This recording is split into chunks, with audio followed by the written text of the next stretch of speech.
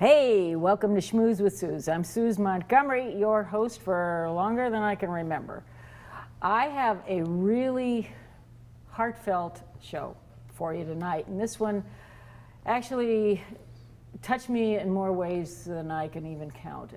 I saw this in my class. I actually asked Mark Pierce and his mom Libby sitting next to him, and Mike DiMartino sitting next to Libby, to come to my class and give us a little bit of an insider look at the Holocaust. Holocaust is a hard subject for anybody, and it's a very hard subject for me to talk about. We lost family. And it's difficult because today, I don't believe that kids today that are in high school or even college level are actually hearing enough about it, or if at all. I've had kids that I've taught before that have told me that it was a made-up story.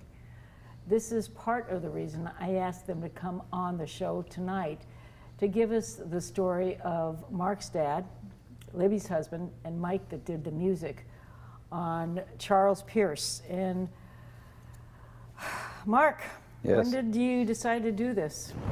Well, it goes back about 12 years ago. My daughter, who was in 10th grade of high school, was learning about the Holocaust.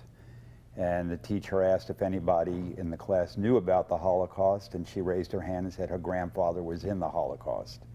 So the teacher wanted my dad to come into the class and tell his story. He never spoke publicly about it before that in his life.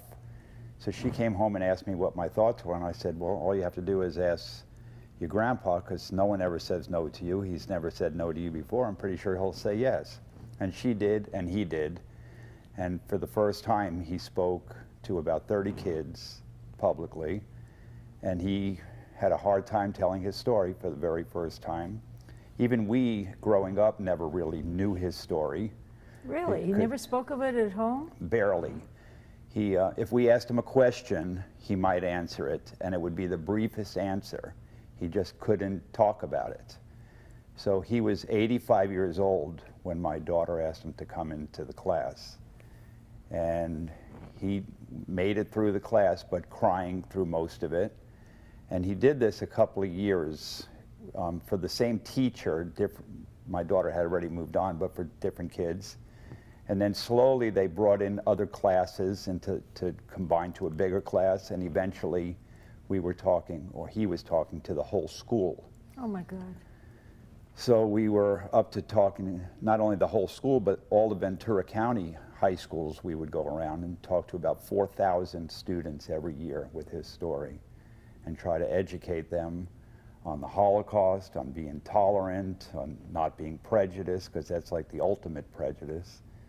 And like you said, some of these kids never heard about the Holocaust, but a lot of them were calling him a hero. You know, we spoke at some of these continuation schools where the kids were so troubled, but when they heard his story, they realized, you know what, we don't have it. Those are the disciplined kids, right? Yes. There was one in Simi Valley we spoke at, and when we went to the car, we were walking straight to the car, and there were these groups, you know, gangs, I guess you can call them, but groups of kids. And we walked straight towards them, and they parted as my dad got there and were giving him high fives. It was really an awesome thing profound. to see. Yes. So, and they all lined up in the classroom. There was about 60 kids in that classroom, and they were wanting pictures with him and hugging him and crying in the classroom. And these are hardcore kids, let alone the regular kids in the typical high school class. So we've really made an impact with his story. And then I met a man, and he asked me what I did, and I had just retired. I was fortunate to retire early, and he asked me what I did, and I told him that I go around with my dad and tell a story. And he said he's a writer, and his name is Jack Marlando, and he wrote this book with my dad. It's called The Art of Survival. And he did it just voluntarily. He just loved the story, and he put this book together. And then we used to do a PowerPoint presentation as we advanced through our presentations. And another man, Shane Davis, who worked at the naval base at the time, heard the story, came to me after hearing the story and said it was fantastic story. If I ever wanted a documentary made, he would help me make a documentary. So that was B1719, and it's a real quick, funny story about the title, because when we finished the documentary, we showed it to my dad, and he said he liked the documentary. He says, but I can't stand the title. I said, so we were calling it A Shoemaker's Son, because my dad's dad was a shoemaker. Well, no, he wasn't, according to my dad. He was a businessman, not a shoemaker. No kidding. Yeah, so that was the only thing he had bad to say about the documentary. That's is funny. Don't call it A Shoemaker's Son. My dad's a businessman. So I said, well, what would you like to call it? And he was sitting in my chair, because he came to my house to watch it, and he had his arm on the chair, and he looks down, and he has the tattoo on his arm of B1719, which is the title of the documentary. That was the number they gave him in Auschwitz. And he says, I want to call it B1719. So we renamed it, and that was the only thing that we ever changed in it, because he really liked the way it was put together. In the meantime, Shane Davis introduced me to Mike. That's how I met Mike, and Mike is a musician, and he wrote the original music score for the documentary. And his wife, Tracy Lair, helped with the editing, because we had 8 hours of film, and we had to make it into a 1-hour documentary. So we got it down to about 3 hours, but we didn't know what to cut out anymore. And then Tracy, being a newscaster and knowing how to put together stories, brought it down to a 1-hour documentary. What we have now is a final product. I guess this was meant to be. So that's how we started with this. So Libby, Yes. how old were you when you met Charles? I was 29. Okay. And he was? He was 33, and I met him on December 13th, 1953, and he proposed on New Year's Eve. That was pretty quick. It was very quick. He was catching up fast. He knew what he wanted, and I knew what I wanted, and we got married June 13th, 1954, and we were married for 58 years when he decided to leave me for heaven. So he was, how long was he, he was in Auschwitz? Well, he was in a few different concentration camps. How many? He was in 6 total. Auschwitz was one of them. He was in the last one he was in was Birkenau. Whoa. Which is a death camp. Most of them were death camps. But he was fortunate that he was strong and able-bodied and was able to do what they asked him to do. And with a few miracles that happened in the concentration camps where he was so close to death, as far as being caught doing things, trying to escape one time, but he was never shot. He was beaten numerous times. And at the end, he was in Birkenau, and the United States Army was marching in, and they were going to liberate Birkenau. So when they were getting close, the guards at Birkenau knew what was going on. They got word from the higher-ups, and they started to leave Birkenau. And they grabbed my dad, and they said, I need you to one of the guys, I need you to push this cart for me. And my dad walked right out of the gates of Birkenau with this guard next to him, pushing the guard's cart. Oh my God. Keeping in mind, at that time, my dad weighed somewhere between 60 and 70 pounds. I don't know how he had the strength to even do that, but it was a matter of life or death, because if he didn't do it, somebody else would have done it, and he would have been left there to die. And they walked for a few days, and eventually wound up in a barn. And then he was laying there thinking, this is it, this is the final day of my life. And at that time, the Army tanks, the US Army tanks, came right down the street in front of where the barn was, and the lady who owned this farm came in and said, the Army's here. And he crawled out of there, and they stopped the tanks, and they picked him up, put him in an ambulance, and took him to the hospital, and that was the beginning of his road to survival. The strength of character that he must have had is just awe-inspiring. I mean, there's no other words for it. You know, this just survival, just in all those camps and going through that torturous time and thinking that you could be dead at any minute. Yes. It's just hard for me to even think of. It's hard for me to watch. I've never been to a Holocaust museum. I can't do it. I can watch the video of Dad. I mean, I can watch all of that, but I can't go to a museum. It's just too painful for me to go there. I've never been to one. I'm curious, yes, but I didn't know until recently there were Holocaust museums all across the country. Yes. And Which is good. And we have his book and his documentary in the local Holocaust Museum and also in Washington, D.C. I wrote to them and they said, send us copies and we'll keep it on file here and put it in the bookstore if anybody wanted to read it or see the documentary. So it's not an easy road to get into the movie business, but it's an important thing, and we use it mostly for educational purposes. It's a legacy that you are committed to teaching and sharing the story with other people, lest we never forget. Yes.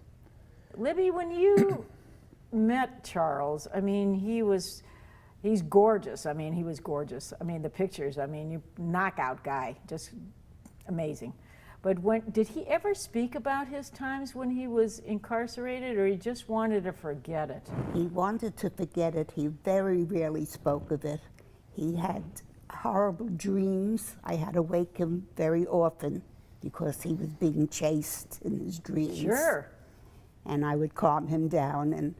And I think one of the main reasons that he became the wonderful man that he became was because of my nature, because I was always giving. Sure. And I think I helped him Oh, to I'm sure survive. you did. I'm sure you I did. And that's why he did survive. He found life after he met you. And then the wonderful children that we had. He was such a good father and the most wonderful husband a woman could ever wish for. I always say I'm the most blessed woman on this earth. You probably are. I am, definitely. And it's good that you realize it too. I do. Wow. Michael, how do you connect music to the film? And I mean, how do you go about creating a piece of music? I really am fascinated by that. I've never known anybody to do that.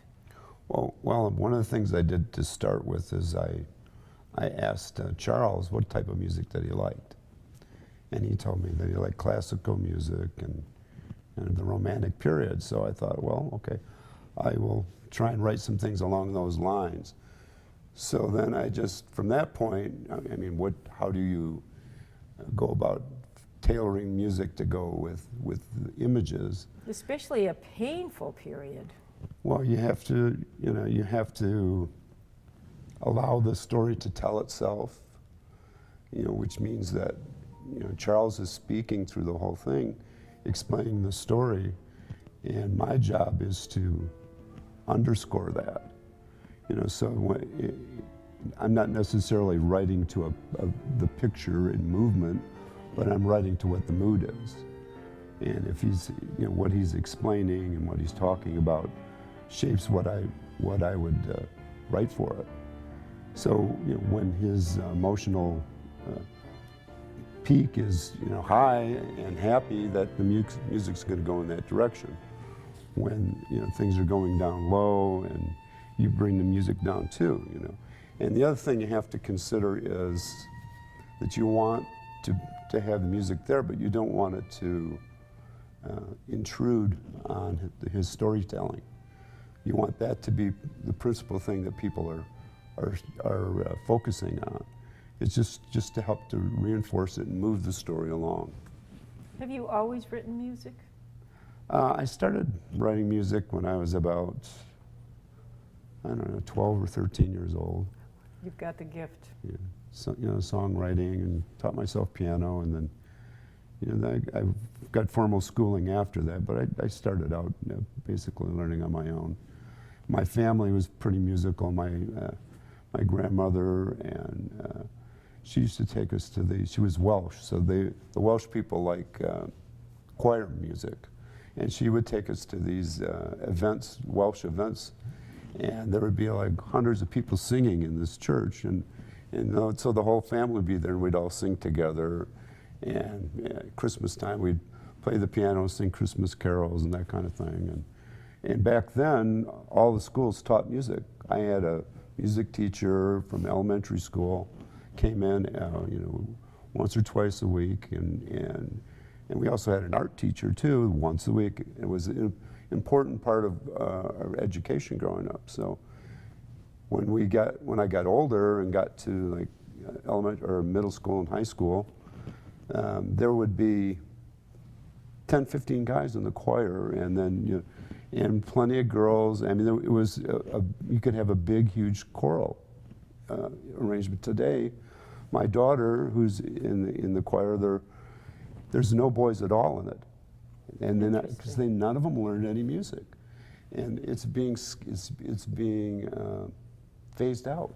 And the arts. Yeah, the arts, and it's so important to our lives to have that. I mean, to have culture.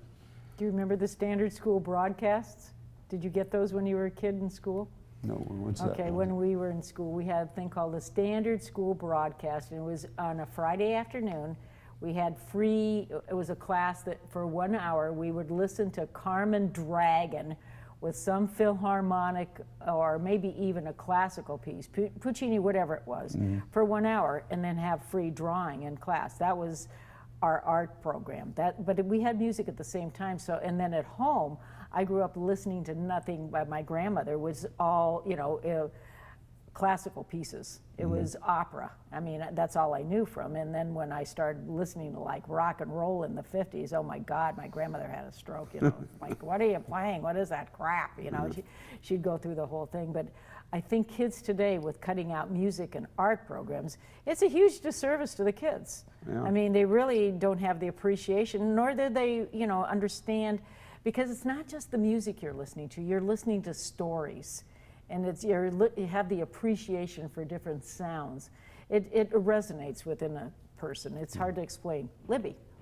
Some of the best times that Charles and I had when we were dating was going to the Metropolitan Opera House. Wow. We saw all the beautiful operas. I mean, I met Richard Tucker.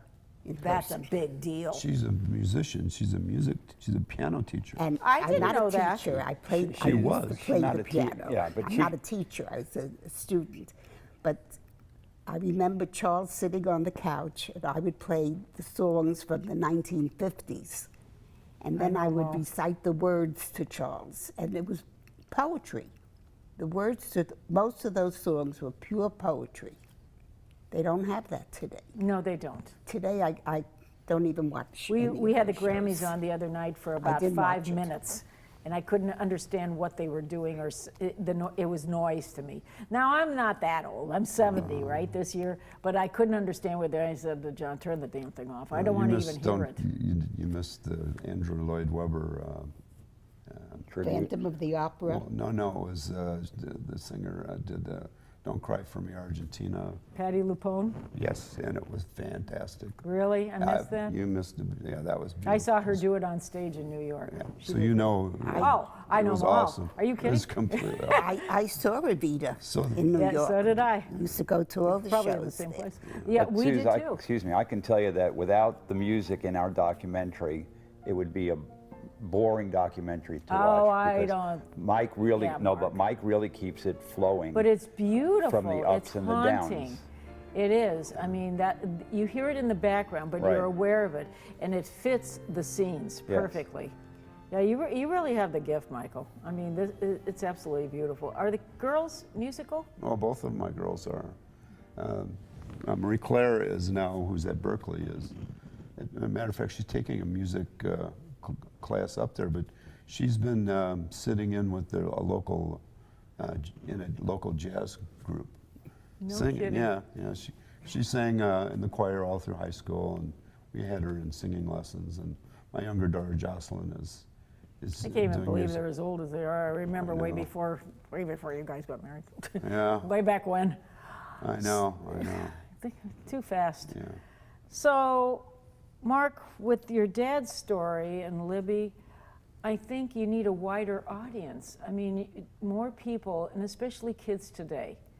Like when I taught high school for a while, and kids today don't even understand. And you were right when you said off camera, it's the parents' responsibility to teach them about history, and to teach them, the kids in high school, that that was not a made-up story.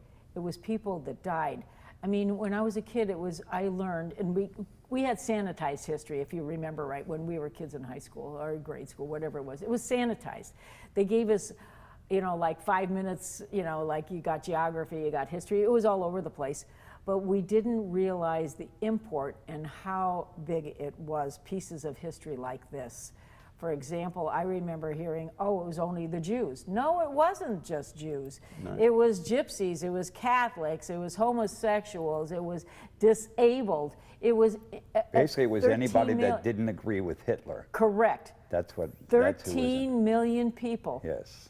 Not 3 million, 13 million. And for him to live and to be able to come back, meet you, have a family, and tell this story, the extraordinary story, it's overwhelming. I mean, when you showed the film to my class, I just sat there bawling. I mean, it's important to get the word out. And are you connected in any way with any of the, the book that I've been reading? Yes. The other one? Any of the groups? I mean, explain to our audience, we don't have a lot of time left, but this one needs to be talked about. So the story of Din was actually a book about my uncle, my dad's younger brother, and he went through this very similar circumstances with my dad as far as going through the ghettos and then into different camps. But when he got out of the concentration camps, when everybody was finally liberated, he had a little bit of revenge left in his blood, where my dad just wanted to put it behind him, and he came to the United States and met Mom and fell in love and lived happily ever after. But my uncle, he decided that he can't let it go. And so the DIN organization, DIN means judgment, and DIN was organized by the Russians, who were also persecuted.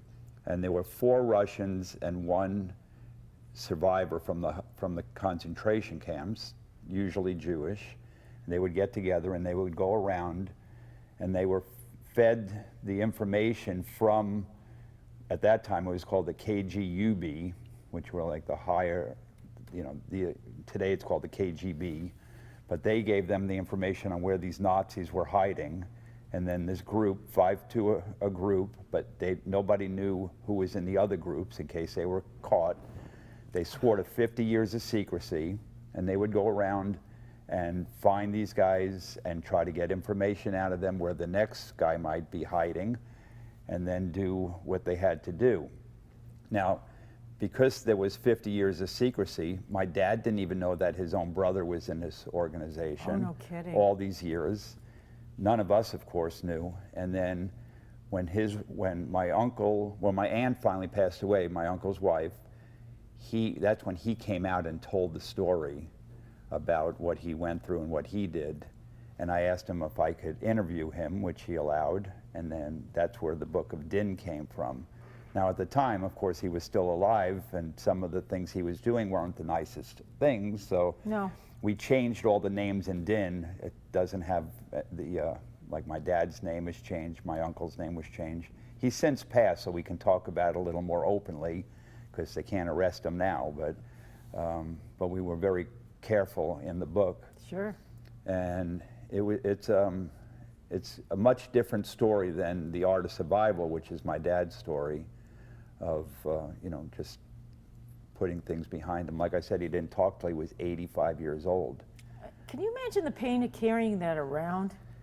I couldn't imagine what he went through. And the only time I ever saw my dad upset about the story was in 1969 during the trials back in Germany, the Nuremberg trials. Yes. He was asked by the German government to come back to Germany and tell his story, because they had one of the guys that were in charge of one of the camps my dad was in, and they had caught him, and he was on trial, and my dad had to go back and testify. So That's the only time I ever heard him even talking about the Holocaust.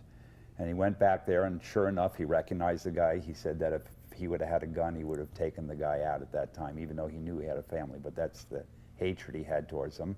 Testified, the guy was found guilty of his crimes. His sentence was 5 years in prison.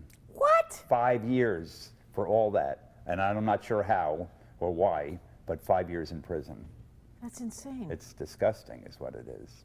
Well, our current system's not much better today here, is it?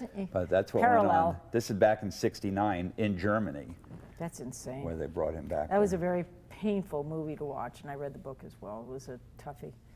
Wow, we're running out of time. You know, this really deserves another round, so if you wouldn't mind, I'd like to have you come back, Sure.